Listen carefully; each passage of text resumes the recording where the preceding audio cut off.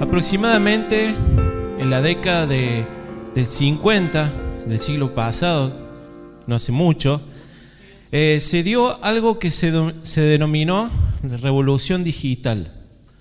Esta revolución digital es una revolución que trajo la forma en que nosotros nos comunicamos, recibimos información y también la compartimos.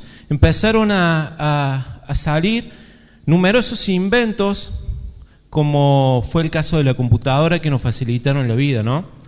Gracias a esa revolución digital que hubo, hoy nosotros podemos tener teléfonos inteligentes.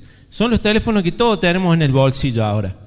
Teléfonos con los que vos podés comprar, podés vender, podés hacer transferencias bancarias. ¿Qué más podés hacer? Poder mandar fotos, podés comunicarte con alguien que está en la China instantáneamente, podés hacer videollamadas y cuántas cosas podemos hacer hoy con un aparatito así de chiquito, ¿no? Ahora, estos avances tecnológicos que se fueron dando desde ese tiempo hasta ahora ha permitido que surja una nueva cultura que se denominó la cultura de la inmediatez. ¿En qué consiste esta cultura? La cultura de la inmediatez es el deseo constante, y fíjense esta definición, de gratificación instantánea, o el deseo de experimentar placer o satisfacción sin demoras ni aplazamientos. La demora, ¿qué causa? Frustración y ansiedad. ¿Cuántos de ustedes han mandado un mail y han pretendido que se lo contesten automáticamente? Entonces no le bastó con el mail, sino que agarraron el teléfono y llamaron. Y a lo mejor dijeron, he mandado mensajes y no me han contestado nunca. ¿Cuántos de ustedes han comprado algo por internet? Y a veces creemos que por comprar algo por internet y ser instantáneo y aún estar acostado en la cama cuando lo hacemos, el cartero tiene que venir y tocarnos el timbre y darnos lo que compramos, ¿no? Y nos empieza a agarrar la ansiedad. Ahora, esta evolución tecnológica ha hecho que nos acostumbremos a que todo sea inmediato. ¿Cuántos de los que están en este lugar esta mañana molieron los granos de café? ¿O fueron al sembrado? ¿Sí? Los eligieron, los llevaron a su casa, los golpearon, después, no sé, los hirvieron. ¿Cuántos? Ninguno. Al contrario, la mayoría debe tener en la alacena café, ¿cómo? Instantáneo. ¿Sí? Ahora, para hacer un puré no te hace falta pelar las papas, no te hace falta hervir el agua. ¿Qué haces? Agarras un paquetito, lo metes en una olla, le echas leche o agua y tenés un buen plato de puré. No sé si tan rico, pero inmediato. Y así podemos pensar en un montón de ejemplos. Ahí en la década del 90, ¿cuántos se acuerdan del Llame Ya? ¿Sí? Llame Ya. Yo me fascinaba con esos productos. Yo veía y te agarraban y te mostraban una maquinita que vos le ponías pintura adentro y con la misma maquinita pintaba, sacaba clavo, cortaba un caño, ¿sí?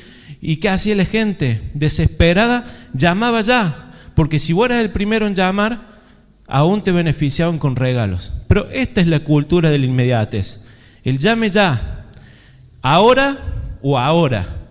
Todo ha pasado a ser para ayer, ¿o no? Vamos a comprar algo, lo encargamos y ¿para cuándo lo necesita? No, para ayer lo necesitaba. Esta es la cultura de la inmediatez.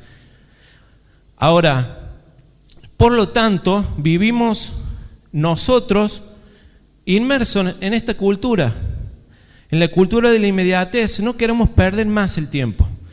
No queremos que las cosas se demoren. Tiene que ser ahora, en este preciso momento. Y esta cultura también se trasladó a todas las áreas de nuestra vida. Y en lo espiritual no es la excepción. Nuestra relación con Dios no es la excepción. Entonces nosotros oramos al Señor, tenemos un problema y decimos, Señor, yo vengo a ti en oración, te quiero pedir por esta necesidad, mira, me está pasando esto, necesito que me ayudes. como quien dice, cortamos la comunicación con Dios y pretendemos que automáticamente Dios haga un milagro. Pero Dios no obra así. Hay veces que sí, la mayoría de las veces no. Entonces, cuando Dios no nos responde, ¿qué sentimos? Frustración, ansiedad, preocupación. Pensamos que Dios nos falló porque Él debería haberme contestado instantáneamente mi oración. Ahora, nuestra respuesta es una respuesta también egoísta, ¿no? De querer todo ya, para mí, ahora, en este momento. Luego, ¿qué hacemos? Buscamos la solución nosotros porque Dios está demorando mucho. Entonces pedimos un trabajo y decimos, Señor, voy a esperar que me des el mejor trabajo. Obviamente el Señor quiere que salgamos a buscar trabajo, porque sentado en nuestra casa no nos van a llover la oferta de gerente, ¿no? Pero salimos desesperados y el primer trabajo que encontramos lo agarramos, sin esperar la respuesta del Señor. Y después, como pasa, ¿no? Vamos llorando delante de la presencia de Dios, Señor, dame un trabajo, te voy a ser fiel, te voy a servir. Y después no vamos más a la iglesia, porque somos esclavos de ese trabajo.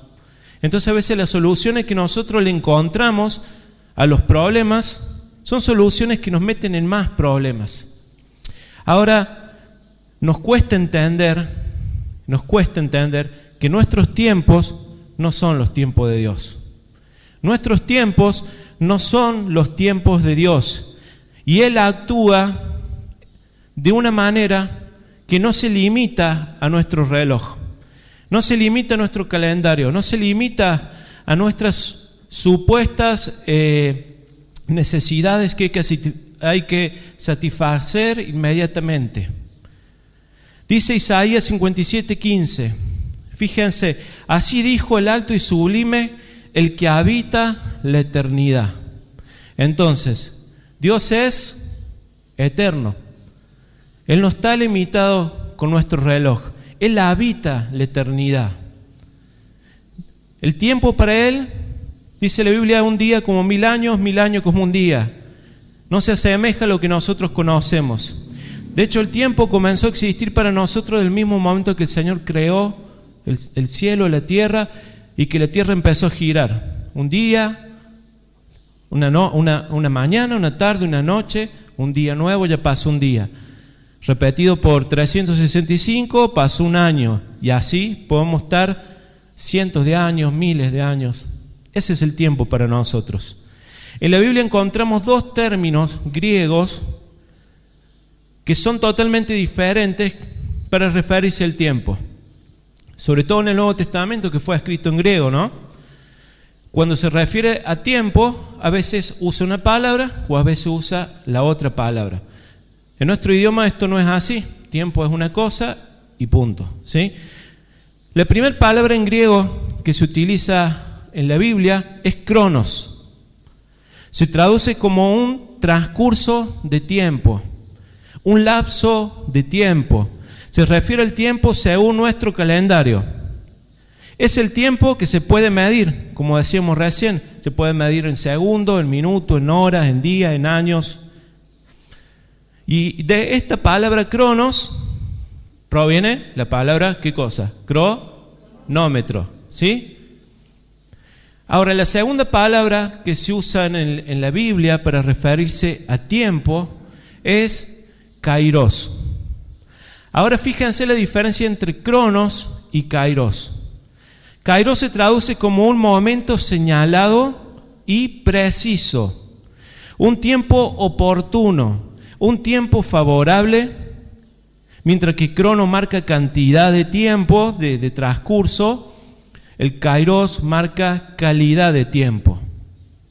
Ahora, cuando la Biblia usa esta palabra kairos para tiempo, significa que es el tiempo oportuno y diseñado por Dios, donde Él interviene en la vida, en nuestra vida, en la vida del ser humano, del hombre, de una manera sobrenatural y poderosa para bendecirlo. En unas palabras, este tiempo, kairos, es el tiempo de Dios. Ahora entendemos por qué no podemos nunca hacer coincidir lo que nosotros entendemos por tiempo a los tiempos de Dios, porque mientras nosotros estamos sujetos al reloj y nacemos y morimos, el Señor es eterno. Pero hay un tiempo específico, un tiempo oportuno, que es un tiempo que viene para nuestras vidas, que el Señor tiene preparado para bendecirnos. Ahora, este tiempo oportuno en que el Señor quiere bendecirte, si nosotros no actuamos, podemos perder esa bendición. Y lo vamos a ver. ¿Cuántos recuerdan la historia de Lázaro? ¿Sí? Este amigo íntimo de Jesús. En muchas ocasiones encontramos en la Biblia que Jesús iba a la casa de Lázaro, compartía con Lázaro y sus hermanas, que también eran muy buenas amigas de Jesús. En Juan 11 nos relata la muerte de Lázaro. Nos relata que Jesús era amigo de Lázaro, muy amigo de Lázaro, y que Lázaro tenía dos hermanas que se llamaban Marta y María, las cuales también amaban mucho a Jesús. En una ocasión, ¿qué pasó con Lázaro? Se enfermó. Inmediatamente, las hermanas de Lázaro, Marta y María, mandaron a buscar a Jesús, mandaron a un mensajero a decirle: Jesús, ese amigo al que tanto amás vos, al que tanto querés, tu mejor amigo, está muy enfermo y necesita de tu ayuda. Ahora, si tienen su Biblia, en Juan 11:4, vamos a ver cuál fue la contestación de Jesús. Oyéndolo, Jesús dijo: esta enfermedad no es para muerte, sino para la gloria de Dios, para que el Hijo de Dios sea glorificado por ella. El 5 dice, y destaquen esta frase: y amaba Jesús. Y amaba Jesús a Marta, a su hermana y a Lázaro. Cuando oyó pues que estaba enfermo, inmediatamente salió corriendo a sanarlo. ¿Así dice la Biblia? ¿Lo amaba realmente? Yo me pregunté esto, ¿lo amaba realmente a Lázaro Jesús? Dice inmediatamente, no dice eso, dice: cuando oyó pues que estaba enfermo, se quedó 2 días más en el lugar donde estaba. Imagínense esta situación, viene un mensajero con esta carga de que Lázaro estaba agonizando y dice: Jesús, por favor vení urgente, Lázaro se está muriendo, tu mejor amigo. Y Jesús, ¿qué hace? 2 días se queda en el lugar donde lo encontraron los mensajeros. Qué increíble, ¿no? Y aquí comenzamos a ver que los tiempos de Dios no son nuestros tiempos y que nosotros vivimos en el cronos, mientras Dios vive en la eternidad y tiene un momento especial y un momento oportuno para bendecirnos. Mientras Jesús se quedó esos 2 días en ese lugar, ¿saben qué pasó con Lázaro? Se murió. Impactante. Me imagino lo que habrá pensado Marta y María. El 11 dice: dicho esto, le dijo después nuestro amigo, después que Jesús está con sus discípulos, sobre que se había quedado 2 días ahí, dice: bueno, ahora ¿saben qué? Nos vamos para la región de Judea. Y se arma una discusión porque en Judea lo estaban buscando para matar a Jesús. No sé cuánto tiempo habrá pasado, pero se armó una discusión con su discípulo al punto de que Tomás dice: bueno, vamos a morir con él. Sí, vamos a morir con él. Ellos estaban esperando que llegara a esa región, los apedrearan. Ahora, una vez que ocurre esto, dicho esto, les dijo, después de repente, imagínense, en plena conversación, Jesús se da vuelta y le dice a Pedro: nuestro amigo Lázaro duerme, mas voy para despertarle. Entonces el 12 dice: dijeron entonces sus discípulos: Señor, si está dormido, y se va a recuperar. Vieron que cuando uno se enferma dice: acostate, hace reposo, dormí mucho y te vas a sanar. Bueno, el 13 dice: pero Jesús decía esto de la muerte de Lázaro, y ellos pensaban que hablaba del reposo del sueño. Entonces Jesús le dijo claramente: no, Lázaro ha muerto. Y yo pienso, ¿no? Me pongo en esa situación, todo lo que debe haber pasado por la cabeza de sus discípulos. Pero si hace 2 días que estamos acá y ahora Jesús se acuerda de que Lázaro está enfermo. Ellos habían olvidado que Jesús le había dicho que Lázaro no se iba a morir. Y ahora le decía que Lázaro se iba a morir.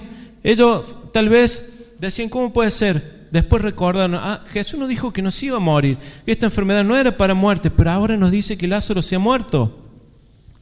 Y el 15 dice, y me alegro por vosotros de no haber estado allí. Qué duro, ¿no? Pero ¿para qué era esto?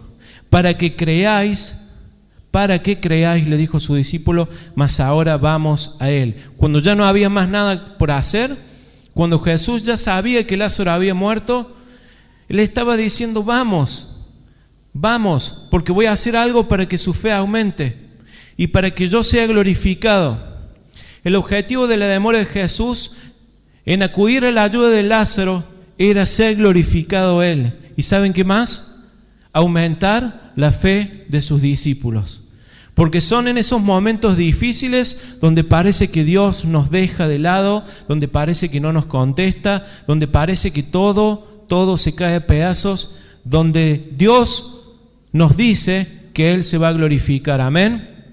Son en esos momentos donde nosotros realmente aprendemos a confiar en el Señor y sabemos dónde estamos parados. Porque mientras está todo bien, sí, está todo bien, pero cuando las cosas empeoran, es nuestra fe en el Señor la que nos sostiene. Amén. Cuando Jesús se demora siempre, pero siempre en respondernos es para darnos algo mejor de lo que nosotros le pedimos. Siempre. Y esto hay que tenerlo en cuenta. Ahora, al igual que nosotros, María y Marta reaccionaron de una forma que era totalmente comprensible. Lo habían mandado a llamar a Jesús ya no hace 2 días, 4 días. 4 días hacía que se había muerto Lázaro. Y de repente aparece Jesús caminando, ¿sí? Yo me lo imagino, yo tenía un amigo que a veces me daba ganas de matarlo, porque vivía en sus tiempos. Y decíamos, nos juntamos a tal hora, y él caía a la 1:30, chocho, contento, sonriendo, y yo por dentro así las venas que se me... Che, pero a tal hora habíamos dicho, sí, bueno, pero lo que pasa es que estaba orando. Yo decía, pero ¿por qué no oras antes? Bueno, imagínense más o menos esa situación. 4 días se había muerto Lázaro y Jesús venía contento, chocho, con una paz tremenda. Pero Marta y María le estaban pasando mal, Dice el 17, vino pues Jesús y halló que hacía ya 4 días que Lázaro estaba en el sepulcro, ya lo habían enterrado. Entonces Marta, cuando oyó que Jesús venía, salió a encontrarle, pero María se quedó en casa. Y María dijo a Jesús, Señor, si hubieras estado aquí, mi hermano no hubiera muerto. Y yo lo leo con esta voz pasiva, ¿no? Pero ¿cómo habrá sido la voz de María? Yo creo que se largó a llorar, yo creo que se le desgarró el corazón, porque por dentro amaba a Jesús, pero se sentía decepcionada, que no había estado cuando más lo necesitaba. Mas también dice el 22, sea ahora que todo lo que pidas a Dios, Dios te lo dará. Y Jesús le dijo, tu hermano resucitará. Y Marta le dijo, sí, yo sé que resucitará en la resurrección en el día postrero. Y de nuevo le dijo Jesús, no, yo soy la resurrección y la vida. El que cree en mí, aunque esté muerto, vivirá. Amén. Y todo aquel que vive y cree en mí, no morirá eternamente. ¿Crees esto?, le dijo Jesús. El Señor nos dio vida cuando estábamos muertos en nuestros delitos y pecados. Y juntamente con Cristo nos resucitó una nueva vida en Cristo. Amén. Cuando estábamos muertos y perdidos, Él nos fue a buscar. Y nos rescató y nos dio vida.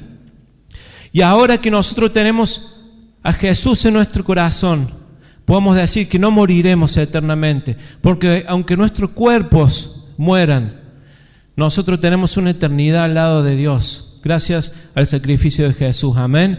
Y Él le dijo esto a Marta, ¿crees esto? Y guárdense esta pregunta, ¿crees esto? Y le dijo Marta, sí, Señor, Yo he creído que tú eres el Cristo, el Hijo de Dios que has venido al mundo. El 28 dice, habiendo dicho esto, fue y llamó a María. Marta se fue, la buscó a María y le dice, María, el Señor te quiere hablar, te está esperando. Ahora María estaba destruida en su casa, al punto que salió corriendo. Dice que todos salieron corriendo porque no sabía qué pasaba, que ella había salido corriendo. Y se enteraron que era Jesús que le llamaba, porque Jesús no llegó a la aldea, Él estaba fuera de los límites de la aldea. Dice Jesús entonces, al verla llorando, y a los judíos que la acompañaban, también llorando, se estremeció en espíritu y se conmovió. Y viene el versículo más corto de la Biblia, y Jesús lloró. Pero ¿cómo lloró Jesús si sabía que lo iba a resucitar? Porque María también le reprochó, Jesús, si hubieras estado acá, mi hermano no se hubiera muerto. Fue la misma reacción de Marta.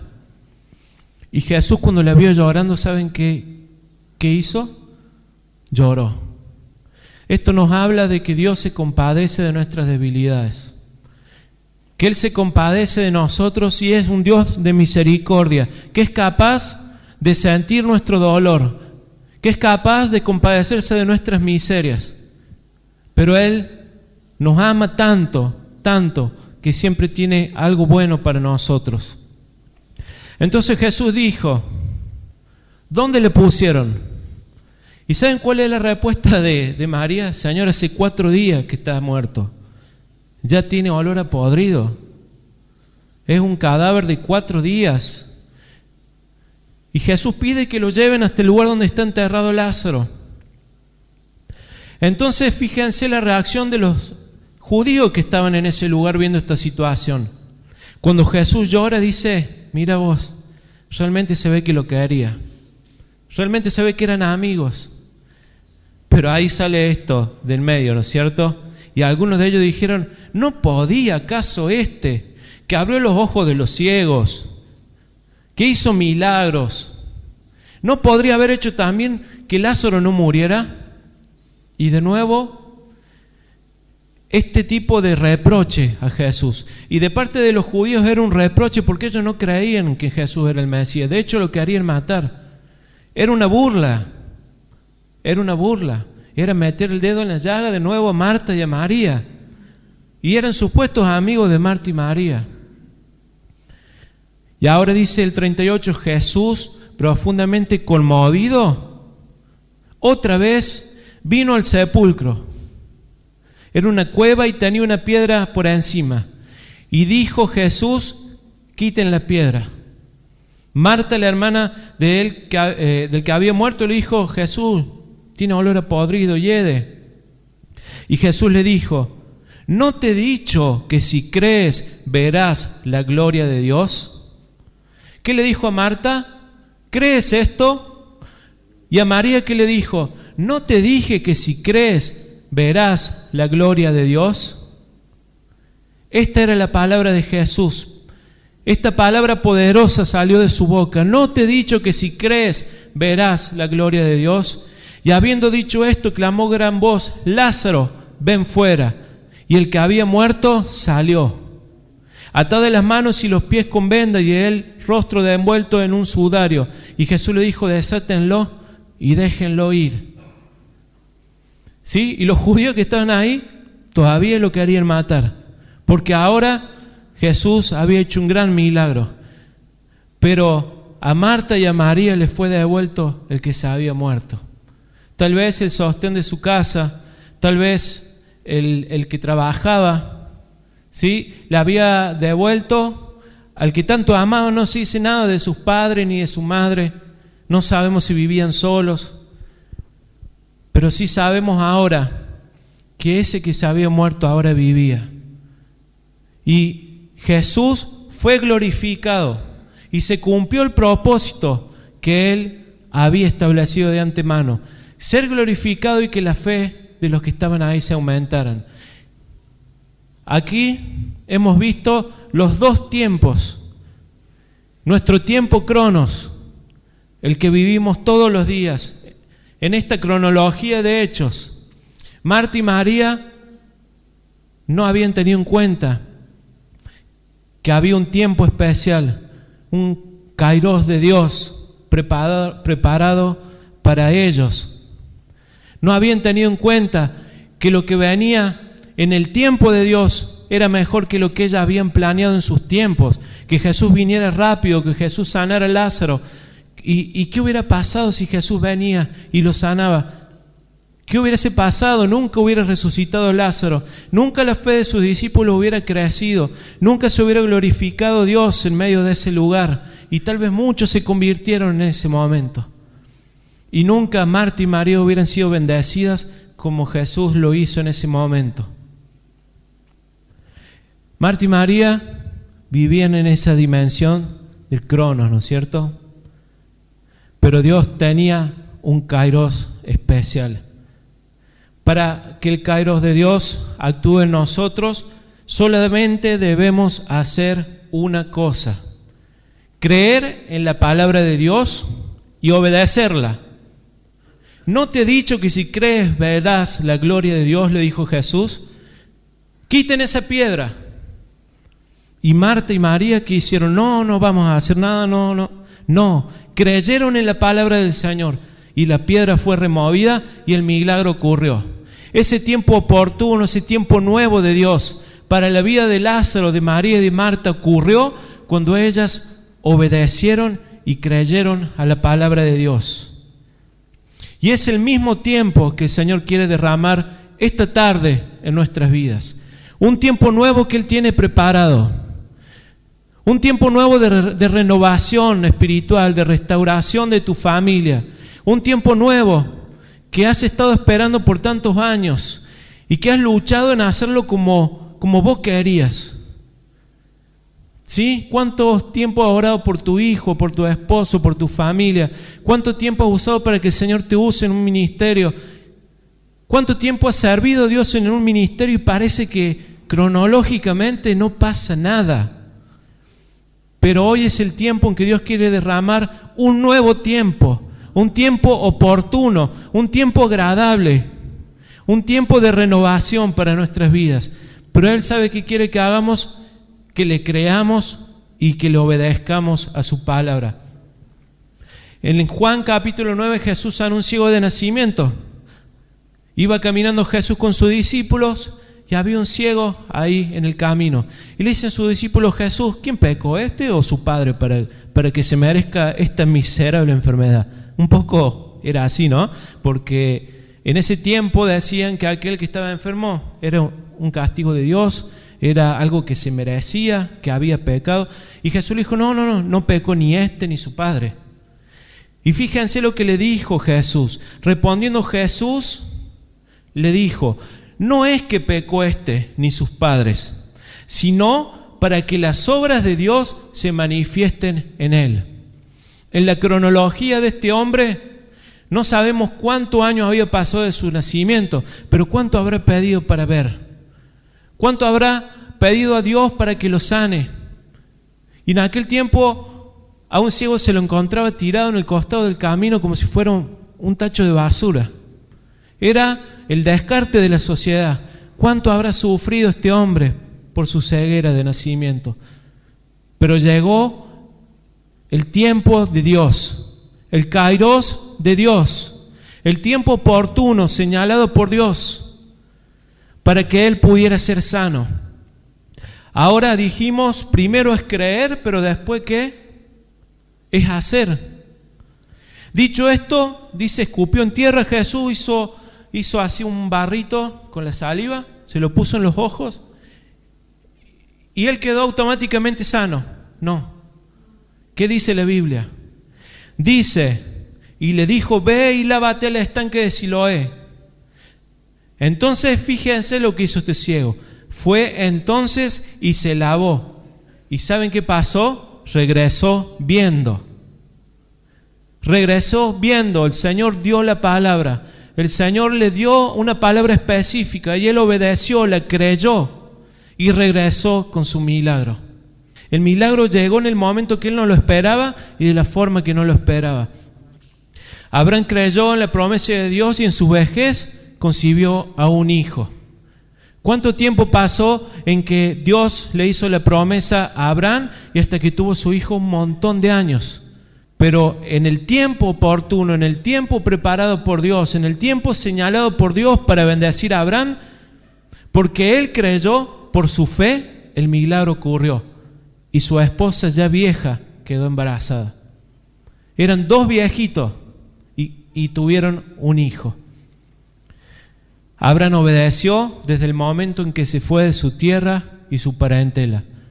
Cometió un montón de errores, pero su fe le fue contado por justicia, dice la Biblia. Daniel recordó la profecía que había dado el profeta Jeremías de que Israel iba a ser liberado de Babilonia. ¿Cuánto tardó entre esa profecía y el cumplimiento? 70 años. Pero mientras tanto, para que esto ocurriera, Dios usó a Daniel para que orara por el pueblo de Dios.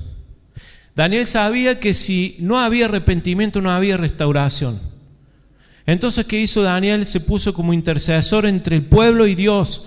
Y aún siendo él un hombre recto, dijo: hemos pecado, nos hemos alejado, nuestros reyes han hecho lo malo, han sacado tu palabra, nos merecíamos que esto nos viniera, que este cautiverio nos viniera porque estaba profetizado. Se lo dijiste a Moisés, que si nos alejábamos de vos, íbamos a ser llevados cautivos. ¿Saben qué? Desde el momento en que dispuso su corazón a obedecer, Dios contestó la oración de Daniel.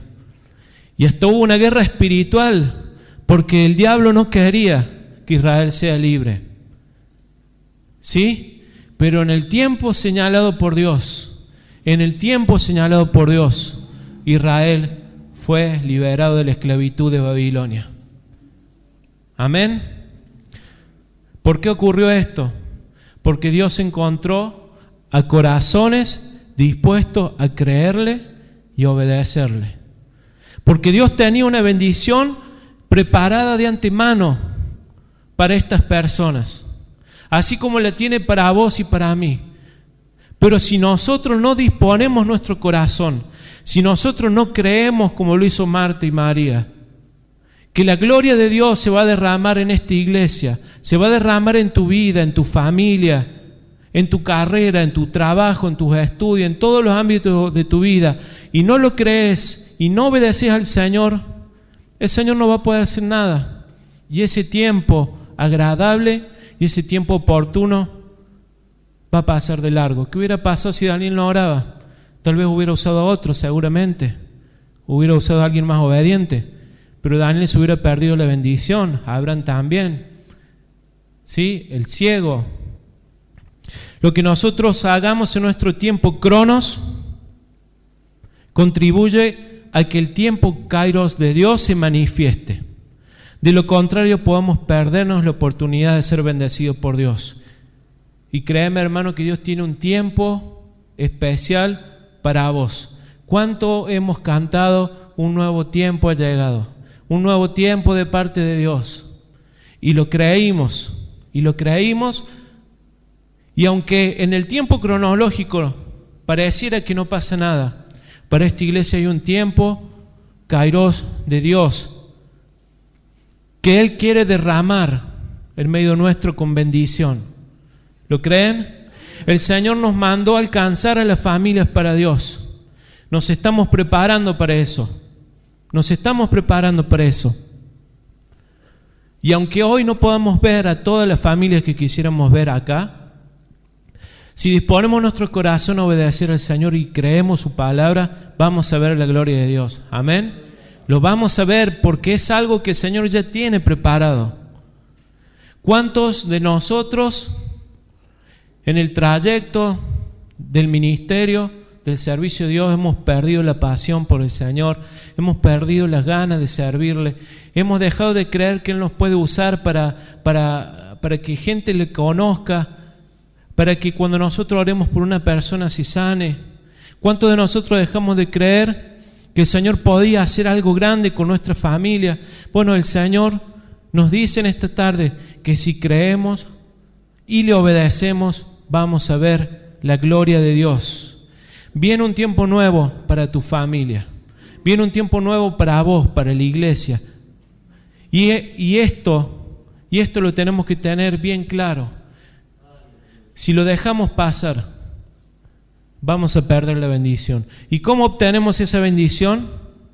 Creyendo y obedeciendo. ¿Y qué obedecemos? Lo que el Señor nos mandó a hacer. Quiten la piedra, quitamos la piedra. Lávate, lávate. Anda.